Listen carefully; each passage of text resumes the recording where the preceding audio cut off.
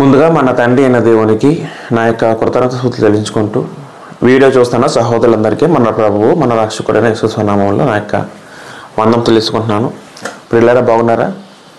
దేవుని యొక్క మహాకృపను బట్టి, ఆయన యొక్క మహాప్రేమ బట్టి తిరిగి మన రీతిగా కలుసుకున్నాను. అందుకు బట్టి మనం మరొకసారి దేవునికి స్తుతులు చెల్లింపబోతులమై ఉన్నాం. ప్రియులారా, మనం దేవుని యొక్క చిత్తం బట్టి, ఆయన కృపను బట్టి మనం ఇదివరకు నేను కొన్ని గ్రంథాలు అంటే బైబిల్లో ఉన్న కొన్ని పుస్తకాలు నేను పూర్తిగా అధ్యయనం చేయడం జరిగింది, బైబిల్ స్టడీ చేయడం జరిగింది. మీ అందరూ తెలుసు, అంటే ఎవరైతే నా ఛానల్ ఫాలో అవుతున్నారో మీ అందరూ తెలిసిన మాట. నేను ఆల్రెడీ ప్రకటన గ్రంథము, తర్వాత పాత నిబంధనలో ప్రసంగ గ్రంథము, పరమగీతము, దానియేలు గ్రంథము మొత్తం అంతా నేను 4 బుక్లు చెప్పడం జరిగింది. అంటే బైబిల్లో ఉన్న 4 పుస్తకాలు, 60 పుస్తకాలు 4 పుస్తకాలు చెప్పడం జరిగింది.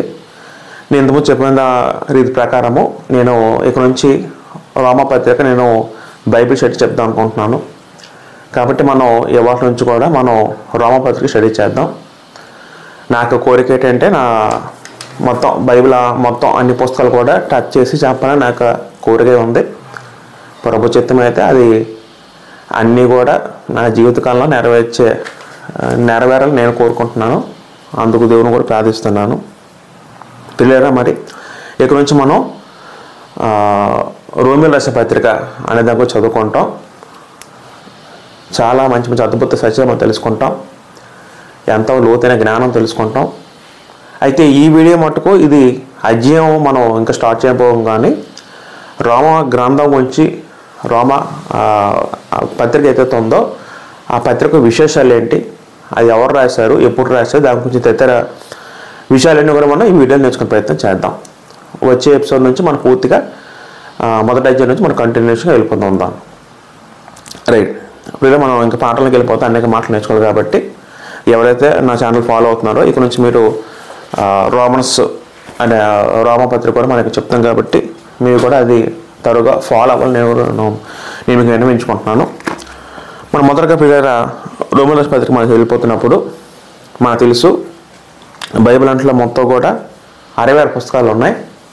ఈ 66లో పాత నిబంధన 39 పుస్తకాలు ఉంటాయి, కొత్త నిబంధన 27 పుస్తకాలు ఉన్నాయి.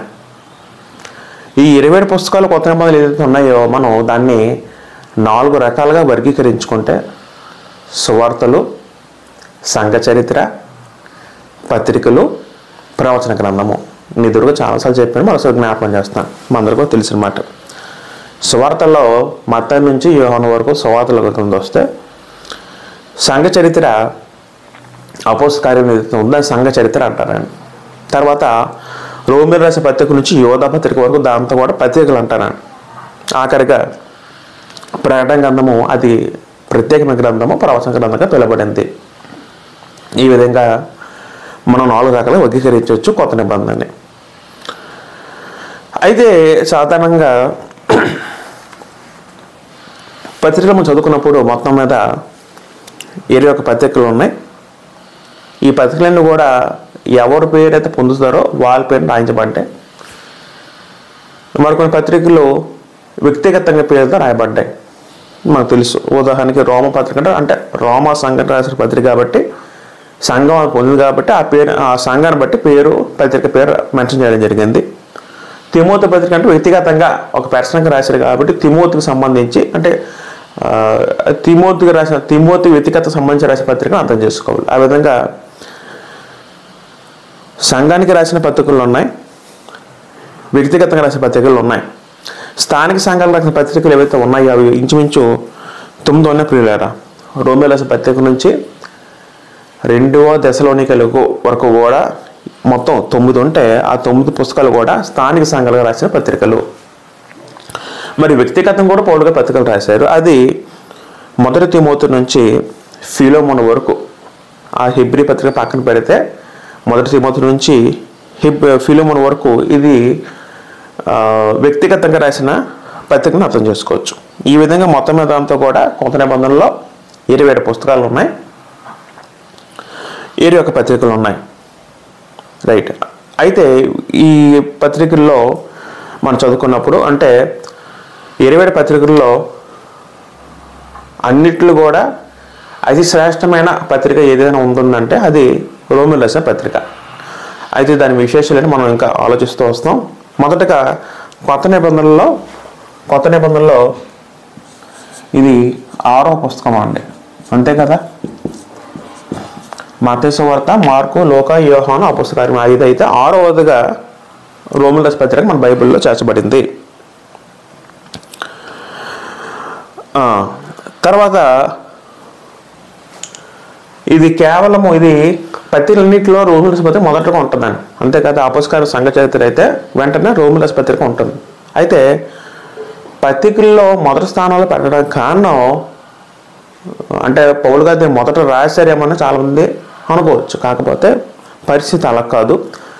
పౌలు గారు రాసిన మొదటి పత్రిక ఇది కాదు. కానీ తెస్సలోనికీయులకు రాసిన పత్రిక మొదటి పత్రిక పౌలు గారు రాస్తే రోమియోలు రాసిన పత్రిక మొదట ఎందుకు పెట్టారంటే ఆ పత్రికలో ఉన్న సాహిత్య శైలిని బట్టి, ఆ పత్రికలో ఉన్న వివరాలు బట్టి ముందు ఈ పత్రికని ముందు పెట్టడం జరిగింది. రైట్. ఇక్కడ వీళ్ళరా మన ఫస్ట్ పరిచయ భాగం ఏం నేర్చుకున్నామంటే మొత్తం 27 పుస్తకాలు ఉంటే కొత్త నిబంధనలో 27 పుస్తకాల్లో 6వ పుస్తకము రోమియోలు రాసిన పత్రిక. అది మనకు అర్థమైంది. ఈ పత్రిక అనేది పత్రికలు అనే విభాగంలో వస్తుంది. ఎందుకంటే సువార్త విభాగంలో రాదు, సంఘ చరిత్ర విభాగం కింద రాదు, ప్రవచనాల కింద రాదు. పత్రికల్లో ఇది ప్రధాన పత్రిక పేర్కొనబడింది రోమియోలు రాసిన పత్రిక. అది గ్రంథం యొక్క సాధారణ పరిచయం. రైట్. తర్వాత రెండోది ఏంటంటే రచయిత ఎవరు, ఈ రోమియోలు పత్రిక రచయిత ఎవరు. ఇప్పుడు మనం నేర్చుకుంటుంది రోమపత్రిక అధ్యయనం కాదు, కానీ రోమపత్రిక గ్రంథం యొక్క విశేషాలు అదే మనం నేర్చుకుంటున్నాం. గ్రంథం విశేషాలు అంటే దీంట్లో అన్ని రకాలు ఉంటాయి. ఆ పత్రిక సమయం మొత్తం ప్రతి కూడా మనం నేర్చుకుంటాం. వచ్చే ఎపిసోడ్ నుంచి మనం అధ్యాయం నేర్చుకుంటాం. మరి రచయిత ఎవరు?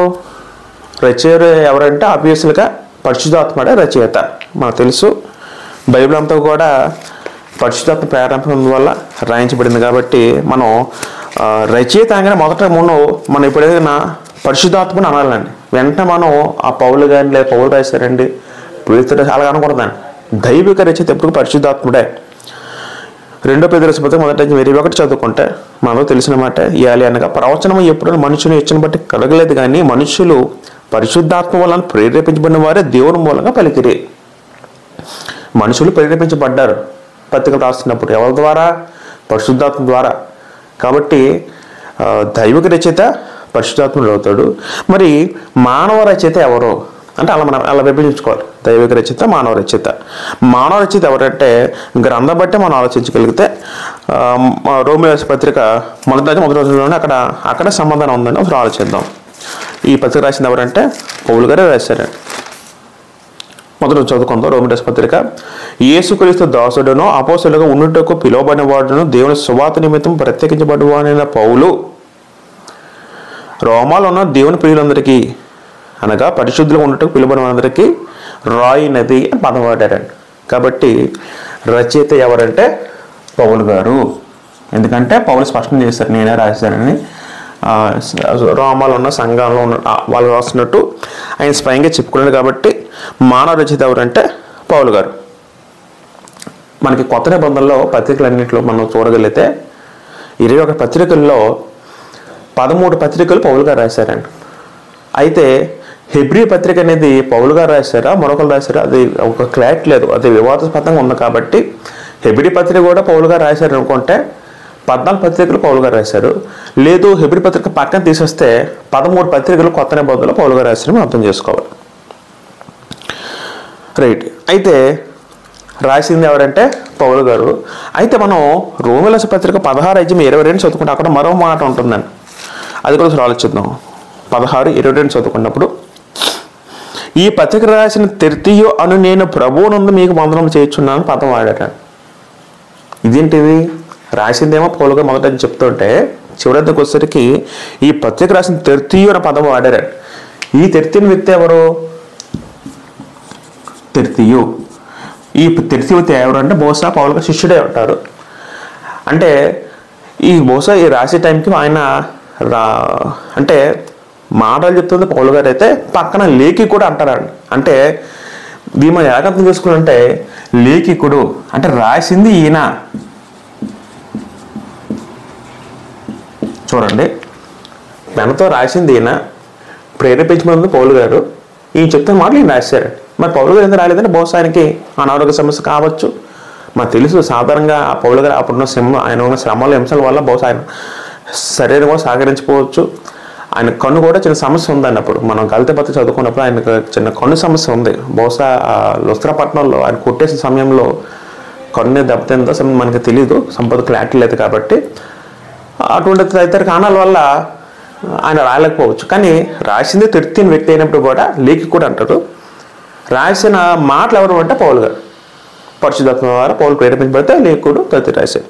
అది మనం అర్థం చేసుకోవాలి.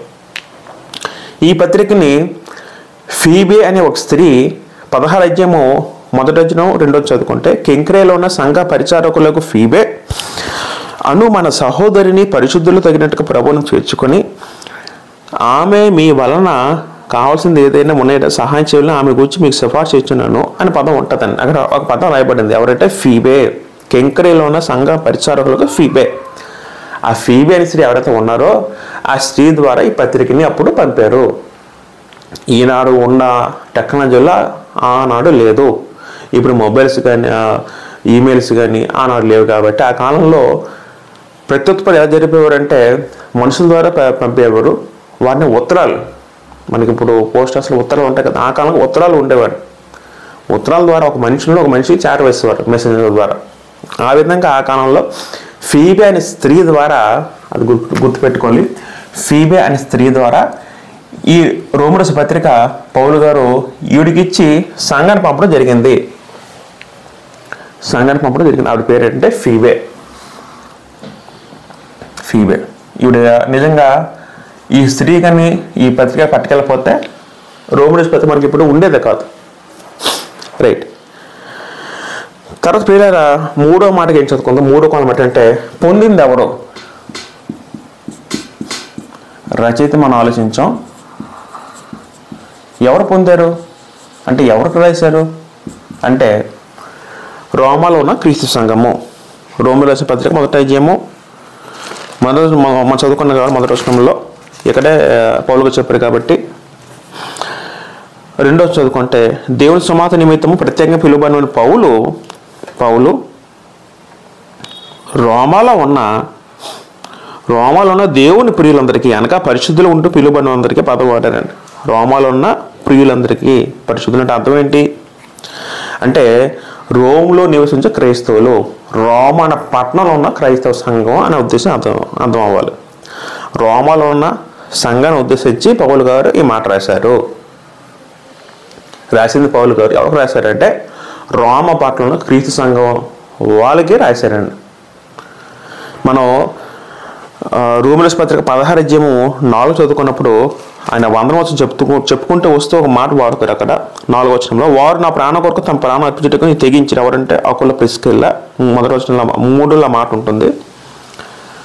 మరియు వారి వెంటనున్న సంఘంలో వందనం చెప్పే పదం ఉంటుంది. ఇంటనున్న సంఘం పదం వాడారు. అంటే ఆనాడు సంఘం అనేది ఎలా కూడుకునేవారు? ఇంట్లో కూడుకునేవారు, రహస్యంగా కూడుకునేవారు. ఎందుకంటే ఆ కాలంలో రోమన్స్ వాళ్ళకి రోమ నుంచి వాళ్ళకి ఇబ్బంది ఉంది కాబట్టి, రోమ చక్రవర్తులు రోమ సైన్యానికి ఇబ్బంది ఉంది కాబట్టి సాధారణంగా ఇంట్లో కూడుకునేవారు. కాబట్టి రోమలో ఉన్న సంఘానికి రాయడం జరుగుతున్న విషయం మనకు అర్థం అవ్వాలి. ఆ కాలంలో రోమ అనేది చాలా పెద్ద పట్టణం. ఎందుకంటే ప్రపంచంలోనే గొప్ప పట్టణంగా పేరు కంచింది రోమపట్నం. ఈ కాలంలో అమెరికా, న్యూయార్క్, బ్రిటన్, ఏ విధంగా దుబాయ్ ఇలాంటి పట్టణాలు ఎంత విధంగా అభివృద్ధి చెందాయో, ఎంత గొప్ప పట్టణంగా పిలువబడ్డాయి ఈ కాలంలో. ఆ కాలంలో రోమపట్నము ప్రఖ్యాతి గంజ పట్టణంగా పేర్కొనబడింది. పౌరు రోజుల్లోనే ఒక సామెత ఏముందంటే, ఇప్పటికే సామెత మనం చదువుకుంటాం ఇంగ్లీష్లో, all roads are lead to Rome అనే పదం ఉంటుందండి.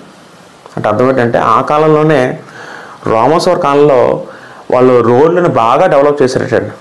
ఎంతలా డెవలప్ చేశారంటే రోమన్స్ కాలంలో మనకు తెలుసు, రోమ ముందు కాలంలో గ్రీకులు, ఆ ముందు మాదే పారసీకులు, దానికంతా నేర్చుకున్నాం. వీళ్ళెవరో గోలా అంటే అభివృద్ధి చేశారు తప్ప రోమన్స్ వారు ఇంకా బాగా అభివృద్ధి చేశారు. ఏ విధంగా అంటే వాళ్ళ యొక్క వర్తక వ్యాపారం జరిగించుకోవడానికి, సులువుగా ఉండుకోవడానికి వాళ్ళు ప్రతి దగ్గర రోడ్ మార్గం ఏర్పాటు చేశారండి. ప్రతి దగ్గర కూడా అంటే ప్రతి దానికి కూడా రోడ్ కనెక్షన్ ఉంటుందండి రోమ్కి. ఆ రోడ్ కనెక్షన్ ఉండడం వల్ల వాళ్ళకి సింపుల్ అయ్యింది. అది వాళ్ళకి మాత్రం కాకుండా ఆనాటి కాలంలో అపోస్తలులకి వీళ్ళకి శిష్యులు కూడా సుబోధ ప్రకటించడం వాళ్ళు కూడా సులువైందండి. కాబట్టి అయితే మరి ఈ సంఘాన్ని ఎవరు స్థాపించారు? రోమల సంఘాన్ని మనం ఆలోచించగలిగితే ఇవి మనం పొందిన ఎవరంటే రోమలో క్రీస్తు సంఘాన్ని ఆలోచించాం. కాబట్టి మరి సంఘాన్ని ఎవరు స్థాపించారు? అక్కడ సంఘాన్ని ఎవరు స్థాపించారంటే సాధారణంగా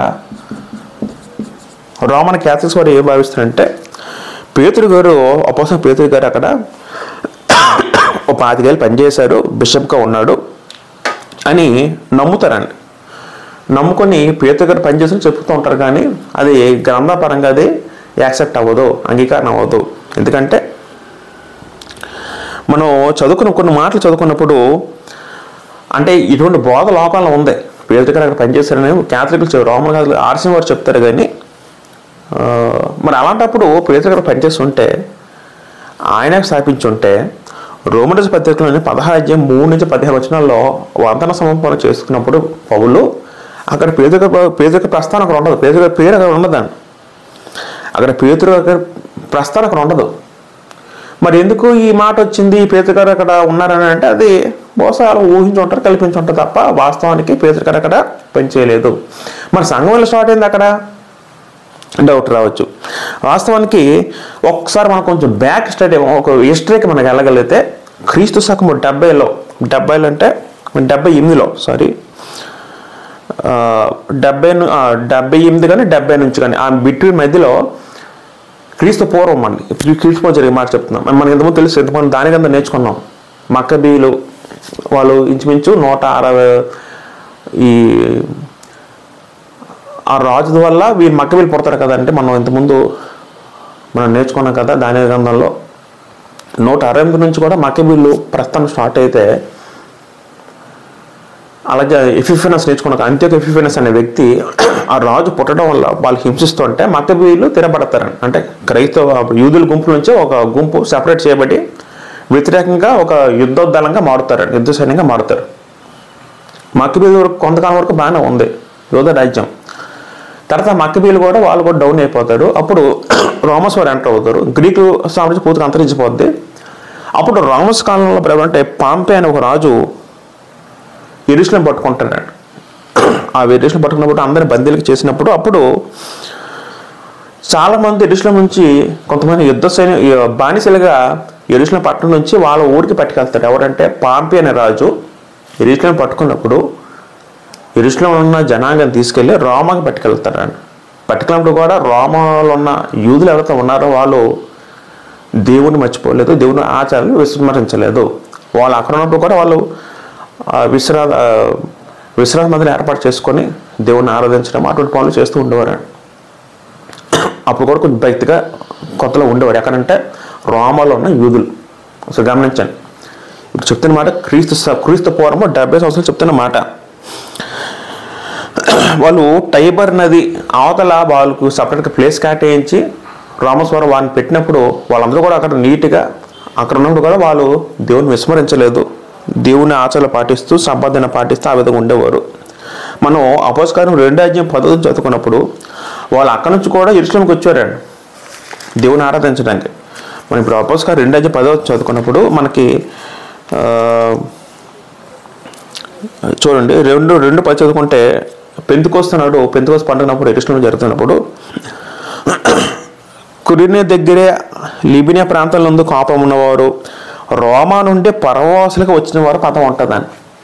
అంటే ఆనాడు యెరూషలేంలో క్రీస్తు శకం 33 సంవత్సరాలు యేసు తర్వాత పరిశుద్ధాత్ముడు వచ్చినప్పుడు గొప్ప సంఘం ఏర్పడతారు కదండి యెరూషలేంలో. ఆ కాలంలో అప్పుడు భక్తిగల యూదులు వస్తారు కదండి. ఆ లిస్టులో ఈ గుంపు ఉన్నారు. ఎవరో గుంపు అంటే రోమా నుండి వచ్చేవారు.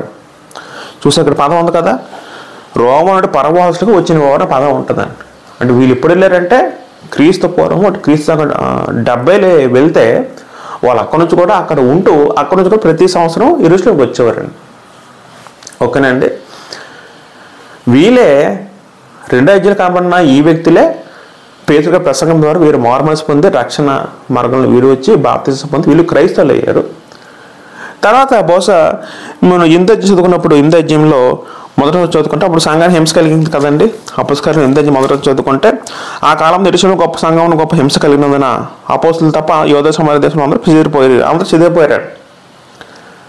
చూడండి 2వ అధ్యాయంలో రామవారు వచ్చి కనబడతారు, క్రైస్తవులు అయ్యారు, వాళ్ళు అక్కడే ఉండిపోతారు కొన్నాళ్ళు. తర్వాత 8వ అధ్యాయం చదువుకుంటే వాళ్ళందరూ కూడా సంఘానికి హింస కలుగుతూ అందరూ చెదిరిపోతారు. చెదిరిపోయినప్పుడు బహుశా వీళ్ళు అక్కడికి తిరిగి వెళ్ళిపోయి ఉంటారు. 4వ చదువుకోండి, కాబట్టి చెదిరిపోయిన వారు సువార్త వాక్యమే ప్రకటించి సంచారం చేశారు. పదం ఉంటుంది. బహుశా ఈ లిస్టులో వీళ్ళు కూడా ఉండొచ్చు. చెదిరిపోయిన వారు రామపాటి తిరిగి వెళ్ళిపోతే వాళ్ళు అక్కడ సువార్త చేసి ఉంటారు. సువార్త చేయడం వల్ల వాళ్ళు కూడా చాలామంది అక్కడ ఒక గుంపు మరొక ఇంకెక్కువ క్రైస్తవులు మారే అవకాశం ఉంది. ఇది ఎక్కువగా బలమైన కారణంగా ఉండొచ్చండి. బహుశా వీళ్ళు కూడా కృపవరాలు పొంది ఉండొచ్చు. అపోస్తలుల దగ్గర ఉండి అద్భుత వాక్యాలు కానీ లేకపోతే మనం కృపవరాలు మనకు తెలుసు కదా, జ్ఞానవాక్యము బుద్ధి వాక్యము అవన్నీ కూడా వాళ్ళ సంఘంలో వాళ్ళు ఒకటి ప్రకటించి దాని ద్వారా వాళ్ళు కూడా కృపవరాల ద్వారా అనేక మంది సంఘంలో తీసుకురావచ్చు ఉండొచ్చు. అదొక కాంటెక్స్ట్, అదొక సందర్భం. అయితే రెండో సందర్భం ఏంటంటే లేకపోతే పౌలే వాళ్ళు మార్చి పౌలు గారే వాళ్ళకి వాక్యం చెప్పి వాళ్ళని మార్చి ఆ విధంగా పౌలు గారి ద్వారా వాళ్ళు అక్కడికి వెళ్ళి వాళ్ళు కూడా సంఘాన్ని ఏర్పాటు చేసి ఉండొచ్చు. అదొక సందర్భం. ఈ విధంగా చెప్పగలంటే అపొస్తలుల 19 చదువుకుంటే 19వ అధ్యాయంలో మొదట చదువుకున్నప్పుడు అక్కడ ఒక మాట ఉంటుంది, అసలు ఆలోచిద్దాం. అపొస్తలుల 19 మొదట చదువుకుంటే అపోలో కొరింథీలో ఉండడం జరిగింది. ఏమనగా ఆ సందర్భం తెలుసు. కొంతమంది ఎఫెసుకు వస్తారు, శిష్యులు చూసి మీరు పరిశుద్ధత పొందుతూ అడిగినప్పుడు మాకు పరిశుద్ధత అవ్వడం మాకు తెలియదు అని ఒక మాట ఉంటుంది. అంటే మొదటి 4 వచ్చిన సందర్భం ఏముంటుందంటే పౌలు గారు కొంతమంది బాప్తిసినట్టు మనం చూస్తాం, పరిశుద్ధ వరం ఇచ్చినట్టు మనం చూస్తాం. పరిశుద్ధాత్మ వరాలు కృపవరాలు అనేవి అపోస్తలులు మాత్రమే ఇవ్వగలగాలి, అపోస్తలులు మాత్రమే ఇవ్వగలిగిన వరాలండి. అపోస్తలులు అంటే 12 శిష్యులతో పాటు ప్లస్ 13 శిష్యులుగా అపోస్తలులు మొత్తం 13 మంది. వీళ్ళు మాత్రమే కృపావరాలు అనుగ్రహించడానికి శక్తి గలవారు అనే విషయం మనకు తెలుసు, మనం అర్థం చేసుకోవాలి. కాబట్టి పౌలు గారితో మార్చబడిన వారు బహుశా అక్కడికి వెళ్ళి వాళ్ళ సంఘం ఏర్పాటు చేసి ఉండొచ్చు. లేకపోతే మరొక సందర్భంలో మనం ఎంత చదువుకున్నట్టు పెంతెకొస్తు నాడు వచ్చిన రోమా నుంచి వచ్చిన యూదులు ఎవరితో ఉన్నారు, క్రైస్తవులు మరి యూదులు ఎవరితో ఉన్నారు, వాళ్ళు అక్కడికి వెళ్ళి తమ కృపవారు వినియోగించుకొని సంఘంగా చాలామంది మార్చి ఉండొచ్చు. ఈ 2 సందర్భాలు ఏదో ఒకటి అయ్యి ఉంటుంది ఖచ్చితంగా. అయితే పౌలు గారు రాసే సమయానికి రోమా సంఘం ఎలా ఉందంటే యాక్టివ్గా ఉందా, డల్ అయిపోయిందంటే చాలా యాక్టివ్గా ఉందని గ్రంథంలో సెలవిస్తుంది. మొదటికి 8 చదువుకున్నప్పుడు మీ విశ్వాసము, రామపత్రిక 1:8 చదువుకున్నప్పుడు మీ విశ్వాసము సర్వలోకం ప్రచురము చేయబడు చుండుటను బట్టి మొదట మీ అందరి నిమిత్తం యేసు ద్వారా నా దేవునికి కృతజ్ఞతలు చెల్లించున్నాను అంటాడు. చూడండి, మీ విశ్వాసము సర్వలోకం ప్రచురం చేయబడుచుండుటను బట్టి అంటే అర్థం ఏంటి? మీ విశ్వాసము లోకమంతగా ప్రచారం చేయబడుతుంది, మీ విశ్వాసము మొత్తం వెదజల్లుతుంది అంటారు. అంటే అర్థం ఏంటంటే ఆ కాలంలో వాళ్ళ సంఘం ఎలా ఉందంటే చాలా మందికి ఆదర్శకరంగా ఉంది, వాళ్ళ ద్వారా విశ్వాసం సువార్త వ్యాపించబడుతుంది. కాబట్టి అక్కడ మెచ్చుకుంటున్నాడు పౌలు గారు. అంటే మనకేమర్థం అవ్వాలంటే అప్పటికి పౌలు గారు రాసే సమయానికి రోమాలో సంఘం ఎలా ఉందంటే చాలా యాక్టివ్గా సజీవంగా చురుగ్గా ఉందని అర్థం చేసుకోవాలి. రైట్, అది ఎవరు పొందారని అంశం ఇది వస్తుంది. అయితే మరి ఈ సంఘంలో యూదులు ఉన్నారా అన్యజనులు ఉన్నారా? పదం అర్థం చేసుకో, అదొకటి ఆలోచించాలి. యూదులు ఉన్నారా అన్యజనులు ఉన్నారా? సంఘంలో యూదులు అన్యజనులు అంటే అర్థం ఏంటంటే క్రైస్తవులు వచ్చిన వాళ్ళు యూదుల నుండి వచ్చిన వారు ఉన్నారు, అన్యజనుల నుండి వచ్చిన వారు ఉన్నారు. మరి ఎస్పెషల్లీ ఈ సంఘంలో ఎవరు శాతం ఎక్కువ ఉన్నారంటే ఇక్కడ రోమా సంఘంలో అన్యజనులే ఎక్కువ మంది ఉన్నారు. విషయం అర్థం చేసుకోవాలి. అదేంటి, మనం ఎంత చదువుకున్నా కదా, మనం పెందుకొస్తున్నాడు మరి వచ్చిన అందరూ కూడా యూదులే కదా, యూదులు క్రైస్తవులు మారేవారే కదా అక్కడికి వెళ్ళారు. కాకపోతే నిజమే, అది కరెక్టే. కాకపోతే అటునుంచి వచ్చిన వ్యక్తులే రోమా సంఘానికి వచ్చి వాళ్ళు సువార్త చేసినప్పుడు ఎక్కువ మంది మారినది అన్యులండి. ఈ పాయింట్ అర్థమవుతుంది కదా. వెళ్ళింది యూదులే, భక్తిగల యూదులే వెళ్ళారు, పెంతెకొస్తున్నాడు యెరూషలేంకి వెళ్ళారు. తిరిగి వచ్చి సువార్త వాక్యం చెప్పిన తర్వాత మారిన వ్యక్తులే ఎక్కువ మంది ఉన్నారంటే అన్యజనులు ఎక్కువ మంది ఉన్నారు. మనం ఎలా చెప్పగలం? మనం చదువుకుంటే మొదట పౌలు అన్యజనులతో మాట్లాడతాడు పత్రికలో. మొదటి అధ్యాయం 13 చదువుకుంటే, సహోదరులారా, నేను ఇతరులైన అన్యజనులలో ఫలము పొందినట్లు మీలో కూడా ఫలము పొందబోలేని అనేక పర్యాయములు మీ ఎదుగు రాను ఉద్దేశించిన పదం వాడుతారండి అక్కడ. నేను ఇతరుల అన్యజనుల ఫలం పొందాను కాబట్టి మీలో కూడా ఫలం ఏమైనా పొందబోలేనని అంటే మనకి ఏమర్థమవుతుంది? మీరు అన్యజనులు అంటే ఇంతకుముందు యూదులు కాని వ్యక్తి, ఇంతకుముందు వాళ్ళ దగ్గర ఫలం పొందాను, ఒక వాక్యం చెప్పాను, సువార్త చేశాను, మీ నుంచి కూడా అలా ఎక్స్పెక్ట్ చేస్తున్నాను అని వాడుతున్న పదం మనకి ఏమర్థమవుతుందంటే వీళ్ళు కూడా అన్యజనులు ఉద్దేశించి మాట్లాడుతున్నాడు మా విషయం మనకు అర్థం అవ్వాలి అని అర్థం అవ్వాలి. అంటే మరి యూదులు ఎవరు లేరా అన్నట్టు అలా సందేహం మనం వస్తే యూదులు కూడా సంఘంలో ఉన్నారు. అయితే మనకి ఏమర్థం అవ్వాలంటే రోమాలో ఉన్న క్రీస్తు సంఘంలో యూదులు తక్కువ మంది ఉంటే అన్యజనులు ఎక్కువ మంది ఉన్నారు. మరి యూదులు ఉన్నారా మనం ఎలా చెప్పగలం? 2వ అధ్యాయం 17వ చదువుకుంటే అక్కడ ఏముంటుంది? అక్కడ నీవు యూదులను పేరు పెట్టుకుని ధర్మశాస్త్రం ఆశ్రయించి దేవుని మీద అతిశయించున్నావు కావా అంటాడండి. అక్కడ ప్రశ్నిస్తున్నాడు యూదులతో, సంఘంలో ఉన్న యూదులతో ప్రశ్నిస్తున్నాడు ఎవరో పౌలు గారు. 24 కూడా చదువుకుందాం. రాయబడిన ప్రకారం మిమ్మును బట్టియే కదా దేవుని నామం అన్యజనులు దూషించబడుచున్నది పదం వాడతారండి. మిమ్మును బట్టి అంటే అర్థం ఏంటి? ఆ మాట వాడుతుంది యూదులకు సంబంధించిన మాటే, సంఘంలో యూదులు దూషించి పౌలు గారు అంటున్న మాటే అంత కూడా. కాబట్టి పిల్లలు మనకి ఏం అర్థం అవుతుందంటే ఎక్కువ మంది అన్యజనులుగా ఉన్నారు. మనం కొన్ని మాటలు మనం చదువుకున్న పిల్లరా అపోస్తల కార్యములు 8:2 చదువుకుంటే ఒకసారి 18:2 చదువుకుందాం. వాస్తవానికి రోమలో ఒక సిచ్యువేషన్ జరిగిందండి. ఏంటి సిచ్యువేషన్ అంటే క్రీస్తు శకము 45-50 ఆ ప్రాంతంలో రోమాలోని యూదులు ఎవరైతే ఉన్నారో వాళ్ళందరినీ కూడా వెలగొట్టాడండి. ఎవరు? ఆ కాలంలో రోమ చక్రవర్తి ఎవరు ఉన్నాడో వాళ్ళ చక్రవర్తి రోమస్వాన్ని రోమపట్నం నుంచి వెళ్ళగొట్టాడు. వాడికి క్రైస్తవులు అంటే యూదులు అంటే పడతాం. వెళ్ళగొట్టడం వల్ల చాలామంది తిరిగి వచ్చారండి. ఆ తిరిగి వచ్చిన వాళ్ళు అపోస్తల కార్యం 18:2 చదువుకుంటే ఆ మాట ఉంటుంది. యూదులందరూ రోమ విడిచి వెళ్ళిపోవాలని క్లౌదీ చక్రవర్తి ఆజ్ఞాపించినందున వారు ఎట్లే నుండి కొత్తగా వచ్చిన వారు ఎవరికి చెప్తున్నమాట? ఆకుల్లా ప్రిస్కిల్లా. యూదులందరూ రోమ విడిచి వెళ్ళిపోవాలని క్లౌదీ చక్రవర్తి ఆజ్ఞాపించింది ఎవరంటే క్లౌదీ చక్రవర్తి. క్లౌదీ అని రోమ చక్రవర్తి ఆజ్ఞాపించిన బట్టి ఏమైందంటే రోమ పట్ల యూదులందరూ కూడా ఎటు వచ్చారు? వాళ్ళు చెదిరిపోయారు. ఒకసారి గమనించండి. పెంతెకొస్తున్నాడేమో రోమ నుంచి వచ్చిన జనాలందరూ కూడా అక్కడ ఏకమే వాళ్ళు క్రైస్తవులుగా మారారు యూదులు. వీళ్ళు తిరిగి రోమాకి వెళ్ళారు. వెళ్ళిన తర్వాత అక్కడ వాళ్ళ రోమా చక్రవర్తి వీళ్ళంతా తిరిగి తరిమేసాడు. తరిమేసిన తర్వాత వీళ్ళందరూ మళ్ళీ ఎక్కడికి వచ్చారట? ఇవి చూడండి, మనం ఇప్పుడు కొరింథీకి వచ్చారు. ఎవరు వచ్చారంటే చెదిరిపోయిన వాళ్ళు వీళ్ళు మన క్రైస్తవులు తిరిగి చల్లా చెదిరైపోయారు. దాంట్లో ఆకుల్లో పిసుకుల వ్యక్తులు ఇటు వచ్చారు. కాబట్టి ఇక మనం చదువుకున్నప్పుడు మనకి ఏమవుతుంది? మళ్ళీ ఇప్పుడు మనం రామపత్రిక 16:3 చదువుకుంటే రామపత్రిక 16:3 చదువుకుంటే మరి ఇక్కడ ఏమర్థం అవుతుంది? 16:3లోని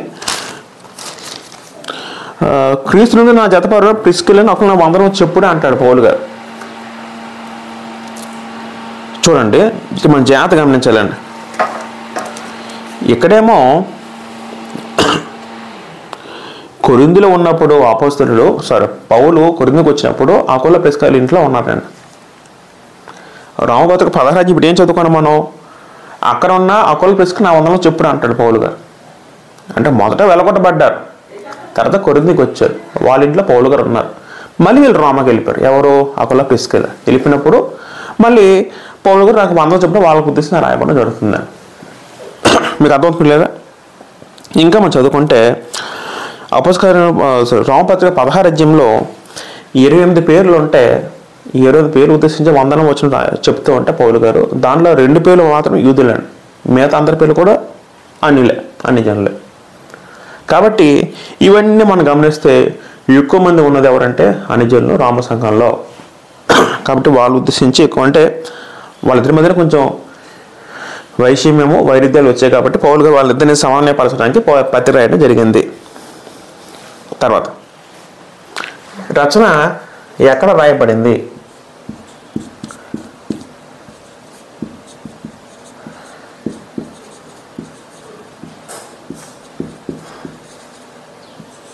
పౌలు గారు ఎక్కడ రాశారు పత్రికని ఆలోచించినప్పుడు,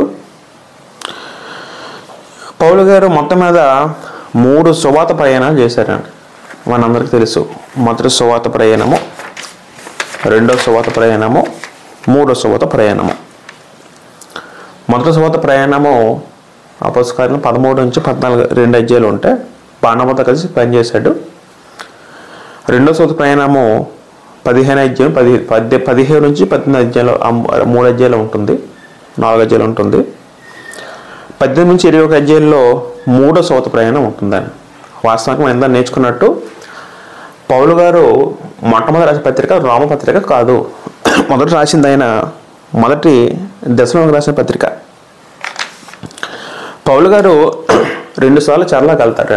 మొదటగా కైసరి అనే చెరలోకి వెళ్తాడు, ఆఖరిగా రోమ అనే పట్టణంలో చెరలోకి వెళ్తాడు. రెండోసారి చెరకెళ్ళినప్పుడు రోమపట్నం చెరకెళ్ళిన తర్వాత ఆయన చనిపోవడం జరుగుతుంది. వాస్తవానికి రెండవ సువార్త ప్రయాణంలో ఆయన 2 పత్రికలు రాశాడు. మొదటి దశలో రాసిన పత్రిక, రెండవ దశలో రాసిన పత్రిక. ఇప్పుడు రాశాడంటే రెండవ సువార్త ప్రయాణంలో రాశాడండి. మూడో సువార్త ప్రయాణంలో 3 పత్రికలు రాశాడు. మొదటి కొరింథీ పత్రిక, రెండో కొరింథీ పత్రిక, రోమ రాసిన పత్రిక. తర్వాత చెరపత్రికలు 4 ఉన్నాయి.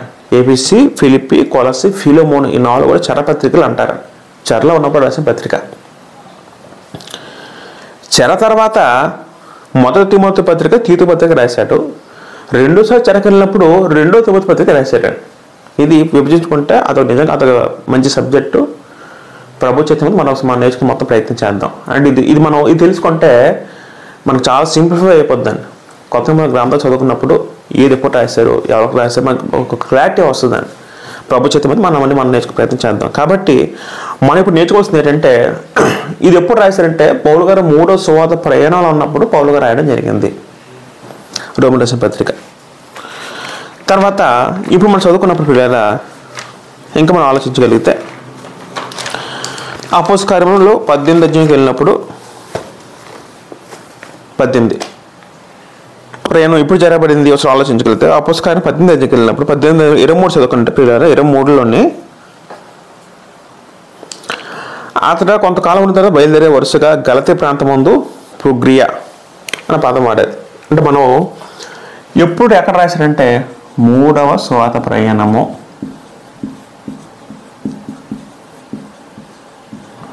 ముగింపు తర్వాత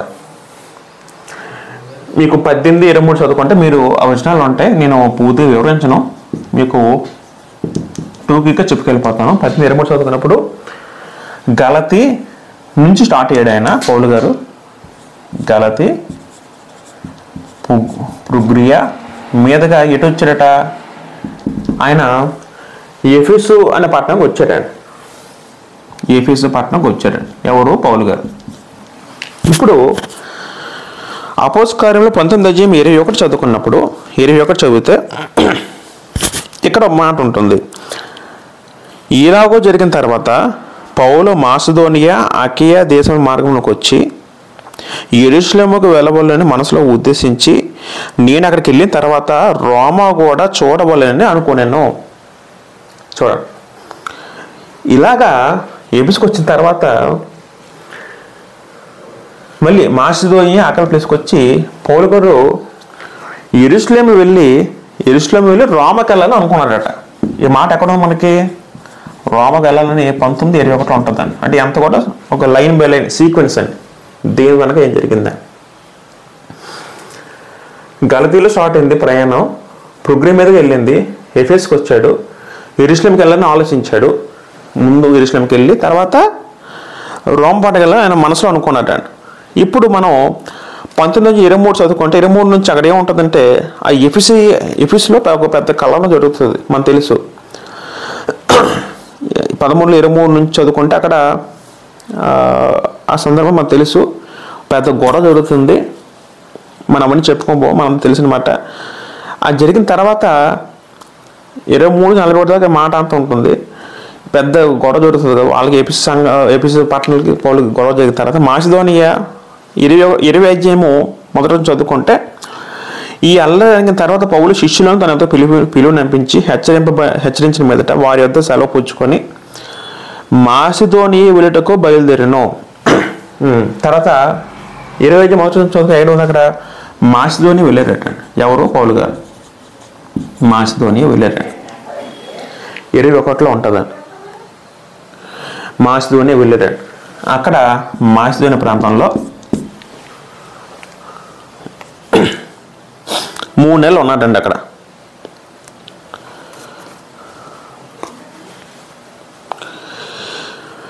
మనకు ఈ ప్రియుల ఇవంతా కూడా మనకి చదువుకుంటే మనకి ఎంత కూడా 20 అధ్యాయంలో ఉంటుందండి. 25 మొదటి రోజు నుంచి చదువుకుంటే చూడండి, 2వ చదువుకుందాం. ఆ ప్రదేశం ముందు సంతరించి పెక్కు మాటతో వాడిని హెచ్చరించి గ్రీసునకు వచ్చాను. తర్వాత గ్రీక్ వచ్చాడు. ఎవరంటే పౌలు గారు. అంటే మాసిదోనియా నుంచి తర్వాత గ్రీక్ వచ్చాడండి. గ్రీసులో ఎక్కడికి వచ్చాడు ఆయన? గ్రీసులో కొరింథీకి వచ్చాడండి. కొరింథీకి వచ్చి అక్కడ కొరింథీ పట్టణంలో ఎన్నాళ్ళు ఉన్నాడు? 3 నెలలు ఉన్నాడండి. కొరింథీ పట్టణంలో 3 నెలలు ఉన్నాడని అపోస్తలుల 20 అధ్యాయం 23లో ఉంటుందండి.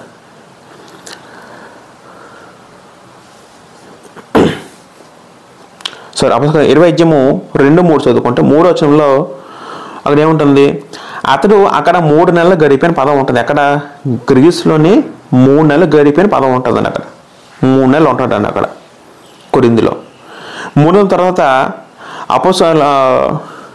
తర్వాత కొరింథీ నుండి యెరూషలేం వెళ్తారండి.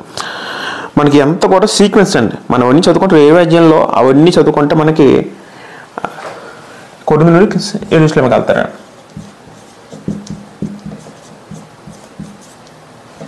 యెరూషలేంకి ఎందుకు వెళ్ళాడు?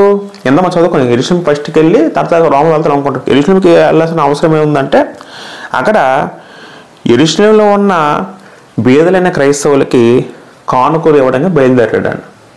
సంఘాల నుంచి డబ్బు కానుకలు తర్వాత వస్తువులు పట్టుకొని యెరూషలేంలో ఉన్న పేదవాళ్ళు ఉన్న చాలా క్రైస్తవులు ఉంటారు, వాళ్ళకి ఇవ్వడానికి, వాళ్ళకి సహాయం చేయడానికి ఆయన యెరూషలేం బయలుదేరుతారండి. ఎవరు? పౌలు గారు బయలుదేరుతారు. కాబట్టి ఇది 3వ సోపానంతో సీక్వెన్స్ అండి. ఇప్పుడు చివరిలో ఆయన కొరింథీ పట్టణం ఉన్నారు కదా, ఈ కొరింథీ పట్టణం ఉన్నప్పుడు పౌలు గారు రోమ సంఘానికి పత్రిక రాయడం జరిగింది. పౌలు గారు ఎప్పుడు రాశారంటే ఎక్కడ రాశారంటే కొరింథీ పట్టణం ఉన్నప్పుడు రాయడం జరిగింది. ఎప్పుడు జరిగే సందర్భం అంటే 3వ సోపానంలో భాగంగా కొరింథీ పట్టణంలో చివరి కాలంలో ఉండినప్పుడు ఆయన రాయడం జరిగింది. ఓకేనండి, అది ఎక్కడ రాయబడిన దానికి మనం అర్థం చేసుకోవచ్చు. 5వదిగా కాలం ఎప్పుడు అంటే ఏ కాలంలో రాశాడు, ఏ సంవత్సరంలో రాశాడు మనం ఆలోచిద్దాం. సాధారణంగా బైబిల్ పండితులందరూ కూడా నిర్ణయించిన డేట్ ఎప్పుడంటే క్రీస్తు శకము 57-58 ఆ ప్రాంతంలో, ఆ కాలంలో ఈయన పత్రిక రాయడం జరిగిందని చాలామంది చెప్పడం జరుగుతుంది. క్రీస్తు శకము 57-58 మనకు తెలుసు. కొరింథీలో గడిపిన 3 నెలల కాలంలో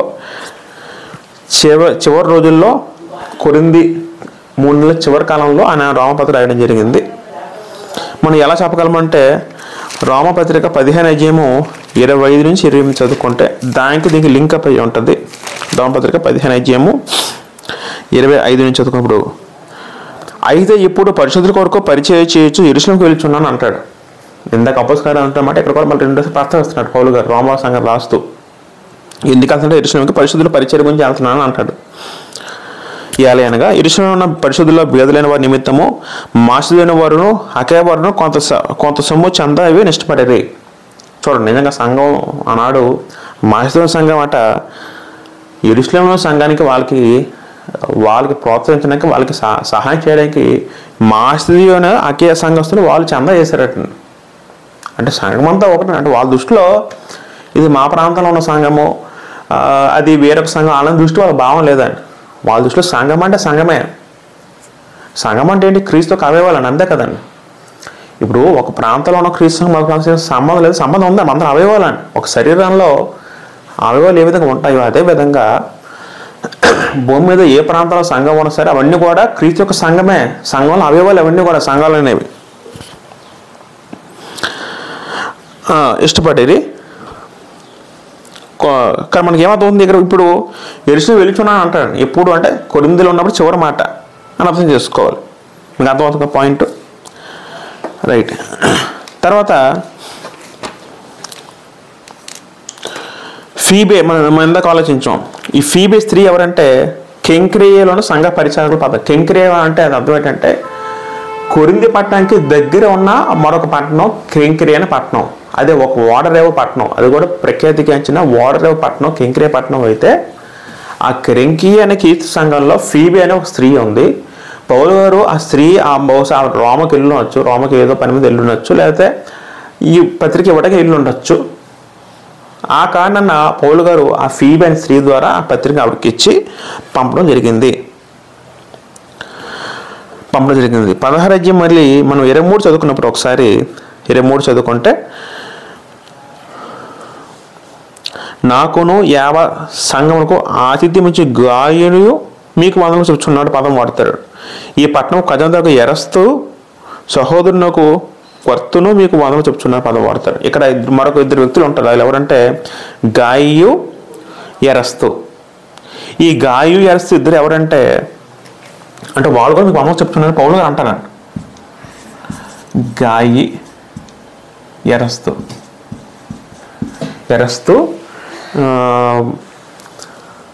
ఇక్కడ చదువుకుంటే ఎరస్తు సహోదరు కొర్తను, సహోదరు కొర్తను, ఎరస్తును అందాం. వీళ్ళిద్దరు ఎవరంటే మన మొదటి కొరింథీ పత్రిక 1:14 గాయి గురించి ఉంటుంది. అంటే పౌలు గారితో ఆయన బాప్తిసం పొందాడు. ఈ గాయి అనే వ్యక్తి, ఎరస్తు అనే వ్యక్తి పౌలు గారి చేత బాప్తిసం పొందిన వ్యక్తులు కొరింథీలో ఉన్నప్పుడు. అంటే మనకేమవుతుందంటే పౌలు గారు కొరింథీలో ఉండడం బలంగా సాక్ష్యాలు ఇవన్నీ కూడా. కొరింథీలో గాయి అని వ్యక్తి ఉన్నారు, ఎరస్తు వ్యక్తి, ఇద్దరు కొరింథీలో సంఘస్థులే. వీళ్ళు కూడా నాతో పాటు మీకు వందనాలు చెప్తున్నారు పత్రికలు రాస్తాడు. కాబట్టి మనం అక్కడ కూడా వీళ్ళు కొరింథీ నుంచి రాశారే మనకి విషయం అర్థమవుతుంది. తర్వాత ఇక్కడ మరొక సందర్భం చదువుకుంటే, మరి రోమ సంఘానికి ఆయన ఇంకెప్పుడు వెళ్ళలేదా అని మనకు డౌట్ వచ్చినప్పుడు రోమ సంఘానికి ఆయన వెళ్ళాడండి. ఎప్పుడు వెళ్ళాడంటే చివరి రోజులు వెళ్ళాడండి. చివరి రోజుల్లో ఆయన మరి 2 సార్లు అరెస్ట్ అయినప్పుడు పౌలు గారు చాలాసార్లు అరెస్ట్ అయ్యి విధులేదు, కానీ ప్రధానంగా 2 సార్లు అరెస్ట్ అయ్యారండి పౌలు గారు. మొదటగా కైసరీలో నేర్చుకున్నాం కదా, కైసరీలో మొదటగా చెరలో అరెస్ట్ అయితే, తర్వాత రెండోసారి రామపట్నం అరెస్ట్ అయ్యాడు, హౌస్ అరెస్ట్ అయ్యాడు 2సారి. పౌలు గారు చివరిగా రామపట్నంలో హౌస్ అరెస్ట్ అయ్యాడు. అంటే బందీ ఇంట్లో ఉండి, ఒక ఇంట్లో అద్దె ఉండి అక్కడ అరెస్ట్ అయ్యాడు. అంటే అక్కడ బందీలతో సంఖ్యలో ఒక సైనికుడితో అంతా పాటు ఉంటాడు, బయటికి వెళ్ళడానికి అవ్వదు. అంటే మిగతా జైల్లో ఉన్న కారణంగా కొంచెం బెటర్గా ఉంటుంది దాన్ని. అది గృహ నిర్బంధం అయితే, అది 2సారి చేయబడిన అరెస్ట్ అయితే. అప్పుడు ఆ తర్వాత ఆయన ఖైదీగా ఉన్నప్పుడు ఆయన రోమ్కి వెళ్ళారండి. అక్కడ రోమ్ కలుసుకున్నారండి. అపోస్తలుల 28:16 చదువుకుంటే మనకి అక్కడ ఒక మాట ముగించబడుతుంది. అపోస్తలుల 28:16 చదువుకున్నప్పుడు అక్కడ ఏముంటుందంటే, అపోస్తలుల 28:16 చదువుకుందాం. మేము రోమాకు వచ్చినప్పుడు పౌలుకు తన కావలసిన సైనికులకు ప్రత్యేక సెలవు పొందాను. మేము రోమాకు వచ్చినప్పుడు అన్న పదం వాడుతాడు పౌలు. రోమకి ఎప్పుడైతే చివరిసారిగా వెళ్ళాడు, రోమ సంఘాన్ని చూశాడని పౌలు గారు చూశారండి. రాసే టైంకి రోమ సంఘాన్ని చూడాలని అనుకున్నాడు. 2సారి చెరకెళ్ళినప్పుడు మటుకు రోమ సంఘాన్ని ఆయన ఖైదీగా ఉన్నప్పుడు చూశాడు. తర్వాత రచనా శైలి, ఈ చదివి నేను ముగించేస్తాను. ప్రియరా మనం మిగతా భాగం మనం నెక్స్ట్ పాటలు నేర్చుకుందాం. రచనా శైలి. కొత్త నిబంధన అంతట్లో కూడా మన పత్రికలన్నీ చదువుకోగలిగితే పత్రికలు కూడా ఒక సాహిత్యపరంగా ఒక శిఖరాగ్రంలో కూర్చునే బుక్ ఏదైనా ఉంటుందంటే అది రామపత్రికనండి. చాలా సమయం చదువుకున్నాం రామపత్రిక. చాలా అత్యద్భుతంగా ఉంటుందండి. దానిలో ఉన్న జ్ఞానం అనేది చాలామందికి అర్థమవుతుంది కూడా. అంటే చాలా మనం బుర్రను పెట్టాలండి అర్థం అవ్వాలంటే. సాహిత్యపరంగా అంత కష్టంగా ఉంటుందండి. పేతురే ఒక మాట అన్నారు, 2 పత్రిక 3:16 చదువుకుంటే పౌలు రాసిన ఆ మాటలు అనేవి విద్యావిహీనులు అస్థిరులు దాన్ని అపార్థం చేసుకుంటే పౌలు గారు అన్న జరిగింది. ఎందుకన్నారంటే పౌలు గారు మామూలు వ్యక్తి కాదండి. ఆయన ధర్మశాస్త్ర పండితుడు. ఆయన పౌలు గారు ఆయనకున్న ఆ జ్ఞానం అనేది చాలా ఎక్కువ ఉండేదండి. 2 పేతురు 3:16 చదువుకున్నప్పుడు అక్కడ ఏముంటుంది, పౌలు గారు అంటున్న మాట అసలు ఆలోచిద్దాం. వీటిని కూర్చి తన పత్రికలో బోధించిన, అయితే వాటిలో కొన్ని సంగతులు గ్రహించడానికి కష్టమైనవి. వీటిని విద్యావిహీనులు అస్థిరులు లేఖలను ఆపాదించడం తన స్వకీయ నాశనం ఆపాదించే పదం వాడతారు. పౌలు స్వయంగా పేతురు గారు పౌలు మాట్లాడుతూ కొన్ని సంగతులు గ్రహించడం కష్టంగా ఉంటాయని పౌలు గారు అంటున్నారు. ఆయనే సాక్ష్యం, పేతురు సాక్ష్యం ఇచ్చిన పౌలు గారి గురించి. మరి ఇంకెవరు సాక్ష్యం పని లేదు. పేతురుకున్న ఆ జ్ఞానం కానీ ఆయనకున్న కెపాసిటీ కానీ ఆ విధంగా ఉంటుంది. మీరు పత్రికలన్నీ కూడా చదువుకెళ్తారు. రామపత్రిక అనేది ఒక హైలీ స్టాండర్డ్గా ఉంటుందండి అన్నింటిలో కన్నా. చాలామంది మనం చదువుకున్నప్పుడు మనకు అర్థమైపోయిన అనుకుంటాం, కానీ అర్థం చేసే విధానం అది వేరేగా ఉంటుంది. ఎలాగో మనం చర్చించుకుంటాం. మనకి ఎంతవరకు అర్థమైంది వేరు. బైబిల్ స్టైల్ చదువుకుంటే మనకు అర్థమయ్యే విధానం వేరేగా ఉంటుంది.